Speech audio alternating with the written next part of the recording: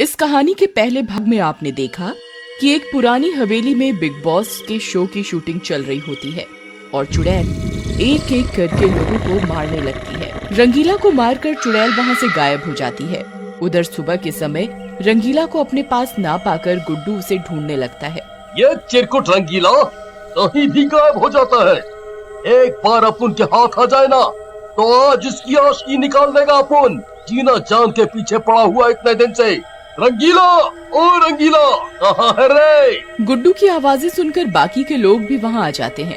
अरे क्या हुआ गुड्डू भाई, क्यों आवाजें लगा रहे हो? क्या हुआ? अरे यार तांत्रिक, तू जास्ती मच मत करना। एक तो अपना चेला सुबह से मिल नहीं रहा, ऊपर से तू। ओहो, तुम भी ना गुड्डू बहुत जल्दी गुस्सा करने लगती हो। देखो कहीं जीना जान के कमरे में ना हो।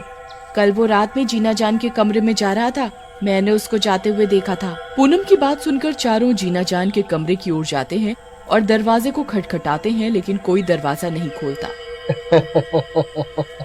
लगता है दोनों अंदर ही सो गए हैं रे। ए गुड्डू, तुम दरवाजा तोड़ दो रे, जरा हम भी तो देखें कैसे सो रहे हैं रे। राकेश गन्ना की बात सुनकर गुड्डू दरवाजे को तोड़ देता है। फिर चारों कमरे के अंदर चले जाते हैं।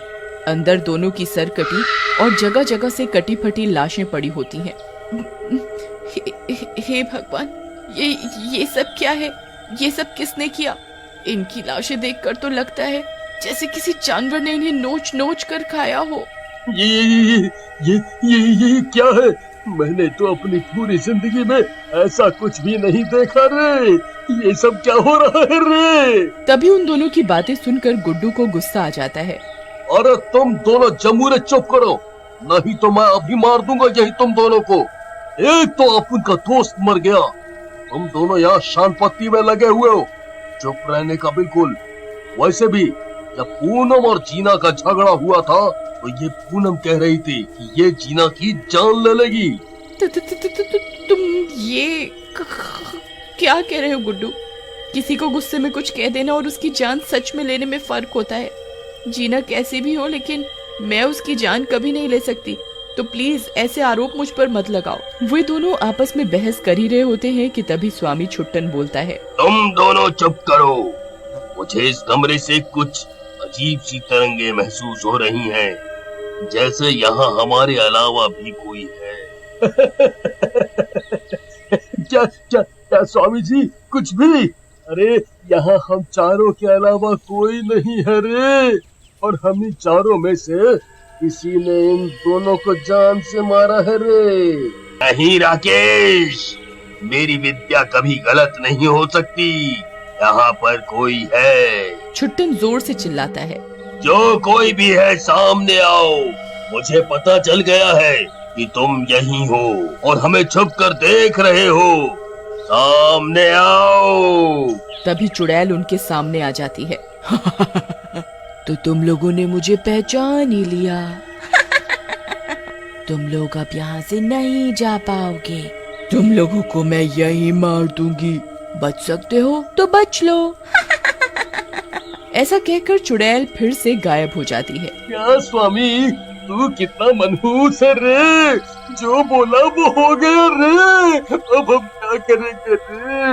हमारी जान कैसे बचेगी रे रे रे? ये जो कोई भी हो, अब उनके रहते हम चारों को छू भी नहीं सकती। और फिर मुझे इस दुष्ट चुड़ैल से अपने भाई, अपने दोस्त रंगीला की मौत का बदला भी लेना है। नहीं नहीं गुड्डू, ये चुड़ैल कोई छोटी मोटी शक्ति नहीं है।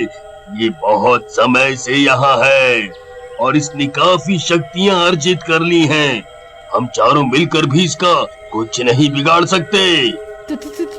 तुम ये कहना चाहते हो कि हमें से कोई भी इसका कुछ नहीं बिगाड़ सकता और हमें मरना ही होगा? नहीं नहीं, मैंने ऐसा कब कहा? ये चुड़ैल मर सकती है, लेकिन इसे मारने के लिए हमें पहले यही समझना होगा कि ये चुड़ैल क्यों बनी और ऐसा होने का क्या कारण था। तभी हम आगे के बारे में कुछ कर सकते हैं। और हाँ, अब से हम चारों को एक साथ ही रहना होगा, नहीं तो ये चुड़ैल किसी को भी जिंदा नहीं छोड़ेगी। मुझसे इतना सब प्रपंच नहीं होगा। मैं अभी जा रही हूँ, तुम लोग लड़ो और जीतो इस चुड़ैल से। पूनम गुस्से में दरवाजे की तरफ बढ़ती है, लेकिन जैसे ही दरवाजे को छूती है उसे जोर का झटका लगता है और वो गिर जाती है। अरे मर गई रे, इसमें तो करंट दौड़ रहा है। हाय राम, मैं कहाँ फंस गई। ऐसे चिल्लाते हुए पूनम बेहोश हो जाती है। तभी वहाँ चुड़ैल आ जाती है। मैंने बोला था ना तुम सबसे कि तुम लोग यहाँ से नहीं भाग सकते, लेकिन तुम नहीं माने। तुम लोगों की मौत तो तय है, बस अगर आराम से रहोगे तो मैं तुम्हें ज्यादा तड़पाऊंगी नहीं। अब ले जाओ इसे, मैंने अभी इसे सिर्फ बेहोश किया है, शिकार बाद में करूंगी। मैंने कहा ना, हम इस चुड़ैल का कुछ नहीं बिगाड़ सकते, हमें मिलकर ही कुछ करना होगा। अब उठाओ इसे और ले चलो कमरे के अंदर। भूख लगी है रे, किसी को कुछ खाना है रे, मैं तो जा रहा हूँ, तुम लोग भी आ जाओ रे। लेकिन सभी लोग मना कर देते हैं। लेकिन राकेश गन्ना को भूख लगी होती है और वो किचन की तरफ जाता है। अरे यहाँ तो कुछ भी नहीं है रे, चलो फ्रिज में ही देखता हूँ, शायद कुछ पड़ा हो खाने को रे। ऐसा कहकर राकेश गन्ना फ्रिज का दरवाजा खोलता है, लेकिन जैसे ही वो फ्रिज का दरवाजा खोलता है चुड़ैल फ्रिज में बैठी होती है। आओ मेरे सुपरस्टार, तुम्हारी भूख मिटाऊं। मुझको भूख नहीं लगी है रे, मैं तो सिर्फ फ्रिज देख रहा था रे, माफ कर, आई हेट मरना वरना रे। लेकिन चुड़ैल उसकी एक बात नहीं सुनती और उसे मार डालती है और वहाँ से चली जाती है। उधर राकेश की चीख सुनकर बाकी के तीनों भी भागते हुए आते हैं। इसे भी मार दिया, ये चुड़ैल को तो अपन छोड़ेगा नहीं, सबको मारे जा रही है, मैं इसको मार डालूंगा। पागल मत बनो गुड्डू, ये चुड़ैल है, अब तो क्या हमारे जैसे हजारों भी इससे मुकाबला नहीं कर सकते, इससे हम सिर्फ तंत्र विद्या द्वारा ही लड़ सकते हैं। फिर छुट्टन के द्वारा समझाने पर तीनों एक कमरे में तांत्रिक क्रियाएं करने लगते हैं। छुट्टन उस हवेली में रहने वाले पूर्वजों की आत्मा को बुलाने लगता है। ओम ह्रीं क्लीं, ओम ह्रीं क्लीं, ओम ह्रीं क्लीं। थोड़ी ही देर में वहाँ धुआं धुआं हो जाता है और एक औरत की आत्मा प्रकट होती है। बोलो तांत्रिक, मुझे यहाँ क्यों बुलाया है, बोलो। हम तीनों लोग यहाँ फंस गए हैं, ये चुड़ैल हम तीनों को मार देना चाहती है, प्लीज हमें बचा लो। तुम तीनों लोग पैसों और नाम के लालच में यहाँ आए और फंस गए। तुम्हें पता है कि तुम्हारी एक भी खबर बाहर नहीं जा रही। बाहर वालों के हिसाब से तुम सब लोग बहुत मजे में हो। उस चुड़ैल से तुम्हें कोई नहीं बचा सकता। उसे भी तुम जैसे कुछ लोगों ने पैसों के लालच में मार दिया था और नीचे के तहखाने में गाड़ दिया था। लेकिन तुम्हें ये सब कैसे पता है?